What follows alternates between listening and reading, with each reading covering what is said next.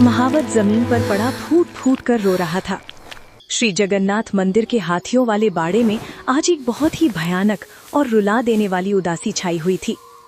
मंदिर का सबसे बूढ़ा, सबसे विशाल और सबसे प्यारा हाथी गजराज, जिसने पूरे 50 सालों तक भगवान का भारी भरकम रथ नंदी घोष खींचा था, आज जमीन पर लेटा अपनी आखिरी सांसें गिन रहा था।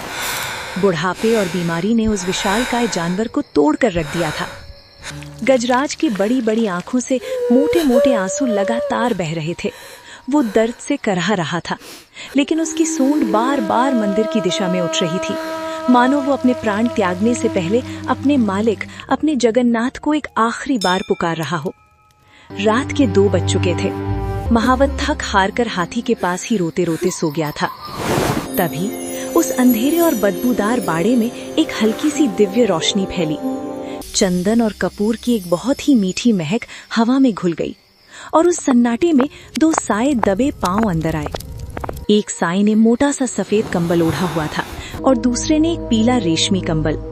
सफेद कंबल वाले साए ने अपनी नाक सिकोड़ते हुए फुसफुसा कर कहा, कन्हैया, तुझे इतनी रात को इस कीचड़ और गोबर से भरे बाड़े में आने की क्या सूझी?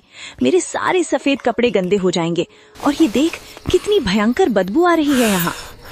पीले कंबल से अपना गोल मटोल सांवला चेहरा बाहर निकालते हुए कालिया ठाकुर ने दाऊ दादा को घूर कर देखा और बोले, दाऊ दादा, आप चाहो तो बाहर जाकर खड़े हो जाओ, पर मैं अंदर ही जाऊंगा। मेरा गजू दर्द में है, वो मुझे बुला रहा है, मैं उसे इस हालत में अकेला नहीं छोड़ सकता। ये कोई और नहीं, साक्षात ब्रह्मांड के नाथ हमारे कालिया ठाकुर और उनके बड़े भाई दाऊ दादा थे, जो रात के अंधेरे में अपने रत्न सिंहासन को छोड़कर नंगे पैर अपने एक बीमार जानवर से मिलने चले आए थे। कालिया ठाकुर अपने छोटे छोटे कदमों से दौड़ते हुए सीधे उस विशालकाय हाथी के पास गए। उन्होंने इस बात की बिल्कुल परवाह नहीं की कि जमीन पर कितनी गंदगी और कीचड़ है। साक्षात भगवान उस कीचड़ में घुटनों के बल बैठ गए।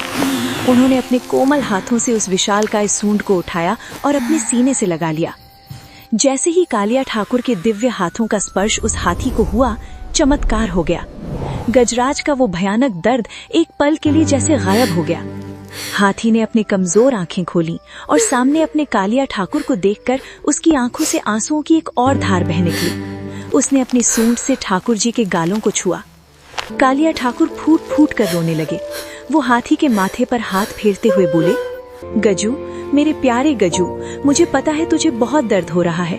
तूने 50 सालों तक चिलचिलाती धूप में, बारिश में, कंकड़ पत्थरों वाले रास्तों पर मेरा रथ खींचा है।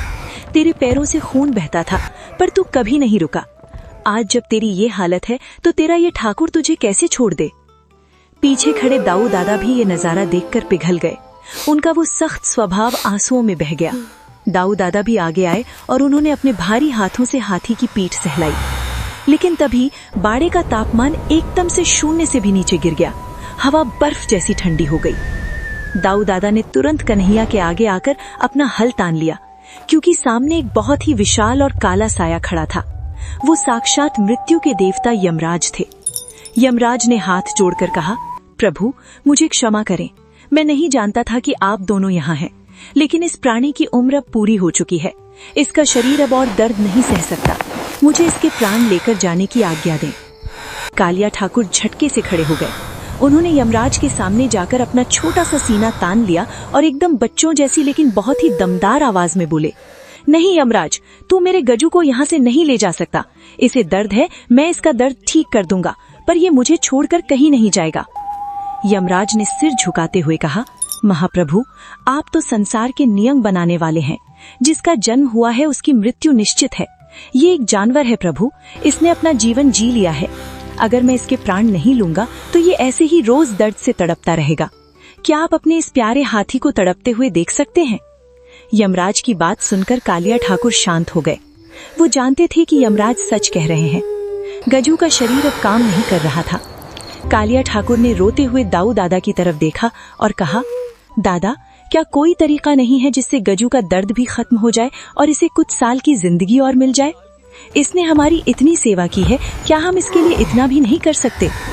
यमराज ने कहा, प्रभु, तरीका तो है, लेकिन वो संसार के नियमों के खिलाफ है।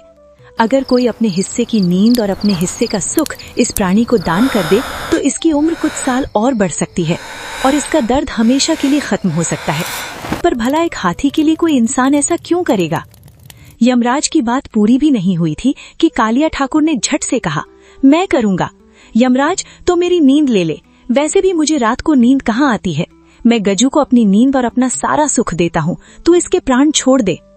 दाऊ दादा की आंखें फटी की फटी रह गईं। वो तुरंत कन्हैया के पास आए और उसका हाथ पकड़कर बोले, तू पागल हो गया है कन्हैया। तू वैसे ही रात भर पूरे ब्रह्मांड के चक्कर लगाता रहता है, कभी किसी भक्त को बचाता है, कभी किसी को। अगर तू अपनी बची कुची नींद भी इसे दे देगा तो तू तो बीमार पड़ जाएगा, और अगर तू बीमार पड़ा तो मैया यशोदा और लक्ष्मी मुझे जिंदा नहीं छोड़ेंगी। फिर दाऊ दादा ने यमराज की तरफ देखा और अपनी भारी आवाज में कहा, ओए यमराज, मेरे छोटे भाई की नींद को हाथ भी मत लगाना। अगर उम्र बढ़ानी ही है तो मेरी नींद ले ले। मैं दिन में भी सो लेता हूँ, मुझे कोई दिक्कत नहीं है, पर कन्हैया की नींद तू नहीं लेगा।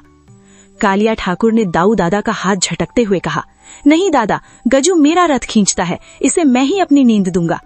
दाऊ दादा ने आंखें तरेड़ कर कहा, चुप कर, मैं बड़ा भाई हूं ना, जो मैं कहूंगा वही होगा। यमराज हैरान, सन्न और स्तब्ध खड़े थे। तीनों लोकों का राजा और शेषनाग का अवतार, साक्षात भगवान के दोनों रूप आज एक मामूली से हाथी की जान बचाने के लिए आपस में लड़ रहे थे कि कौन अपनी नींद का बलिदान देगा। यमराज की आंखों से आंसू छलक पड़े। वो घुटनों के बल जमीन पर बैठ गए और हाथ जोड़कर रोते हुए बोले, प्रभु, धन्य है आप, धन्य है आपका ये प्रेम। दुनिया कहती है कि भगवान सिर्फ इंसानों की सुनते हैं, पर आज आपने साबित कर दिया कि आपके लिए एक बेजुबान जानवर भी उतना ही प्यारा है जितना कोई बहुत बड़ा राजा या पुजारी। यमराज ने अपने हाथ जोड़े और कहा, प्रभु, आप दोनों को अपनी नींद देने की कोई जरूरत नहीं है। आपकी इस निस्वार्थ प्रेम ने मृत्यु के देवता को भी हरा दिया है। मैं इस हाथी को अपने हिस्से के प्राण देता हूँ। आज से इसका सारा दर्द खत्म। ये जब तक चाहेगा खुशी खुशी जिएगा, और जब इसका समय आएगा तो इसे कोई दर्द नहीं होगा। ये सीधा सोते सोते वैकुंठ आपके पास आ जाएगा। यमराज ने हाथी को अपना आशीर्वाद दिया और वहां से अंतर्ध्यान हो गए। और अगले ही पल एक और महाचमत्कार हुआ। गजराज, जो पिछले कई दिनों से जमीन से उठ नहीं पा रहा था, उसने अचानक एक गहरी सांस ली। उसके शरीर का सारा कांपना बंद हो गया। उसके घाव अपने आप भरने लगे और वो विशाल हाथी धीरे धीरे अपने पैरों पर खड़ा हो गया। गजराज ने खुशी से अपनी सूंड उठाई और एक बहुत ही मीठी और धीमी आवाज में चिंगाड़ लगाई। कालिया ठाकुर मारे खुशी के उछल पड़े। उन्होंने अपने पीले कंबल के अंदर से एक बड़ा सा गुड़ और गन्ने का टुकड़ा निकाला जो वो मंदिर की रसोई से चुरा कर लाए थे। उन्होंने अपने छोटे छोटे हाथों से वो गुड़ गजू के मुंह में खिलाया। गजू ने गुड़ खाया और अपनी सूंड से दाऊ दादा और कालिया ठाकुर के ऊपर प्यार से हवा करने लगा। दाऊ दादा ने मुस्कुराते हुए कन्हैया का हाथ पकड़ा और कहा, चल कन्हैया, अब जल्दी मंदिर वापस चल, वरना सुबह पुजारियों को हम नहीं मिले तो वो पूरे शहर में हाहाकार मचा देंगे। और हाँ, रास्ते में कहीं पानी मिले तो मुझे बता देना। तेरे इस हाथी के गोबर की वजह से मेरे कंबल पर दाग लग गया है। कालिया ठाकुर हंसते हुए दाऊ दादा के साथ बाड़े से बाहर निकल गए। पीछे गजराज अपनी आंखों में कृतज्ञता लिए अपने भगवान को जाते हुए देख रहा था। अगली सुबह जब महावत की आंख खुली तो वो अपनी जगह से उछल पड़ा। उसने देखा कि गजराज एकदम स्वस्थ होकर खड़ा है और बड़े मजे से गन्ने खा रहा है। महावत को अपनी आंखों पर यकीन नहीं हुआ। वो रोते हुए भगवान को धन्यवाद देने लगा। लेकिन तभी महावत की नजर जमीन पर पड़ी। कीचड़ में दो बहुत ही छोटे छोटे पैरों के निशान छपे हुए थे और उन निशानों के पास ही एक छोटा सा पीला रेशमी धागा पड़ा हुआ था, जिसमें से आज भी वृंदावन के चंदन और कपूर की वैसी ही मीठी महक आ रही थी। महावत वो धागा देखकर फूट फूट कर रोने लगा। वो समझ गया था कि रात के अंधेरे में साक्षात ब्रह्मांड के नाथ उसके गजू को मौत के मुंह से खींच लाए थे। तो दोस्तों, ये है हमारे कालिया ठाकुर का प्यार। जो भगवान एक बेजुबान जानवर के आंसू नहीं देख सकता, वो भगवान अपने बच्चों को, अपने भक्तों को कैसे तड़पते हुए छोड़ सकता है। बस शर्त ये है कि आपके पुकारने में उस गजराज जैसी सच्चाई होनी चाहिए। अगर भगवान के इस अद्भुत और रुला देने वाले प्रेम ने आपके भी रोंगटे खड़े कर दिए हों, तो इस वीडियो को हर उस इंसान तक शेयर करें जो जानवरों से प्यार करता है, और कमेंट बॉक्स में पूरी श्रद्धा के साथ जय जगन्नाथ और जय दाऊ दादा जरूर लिखें। मिलते हैं भगवान की ऐसी ही किसी अद्भुत लीला के साथ।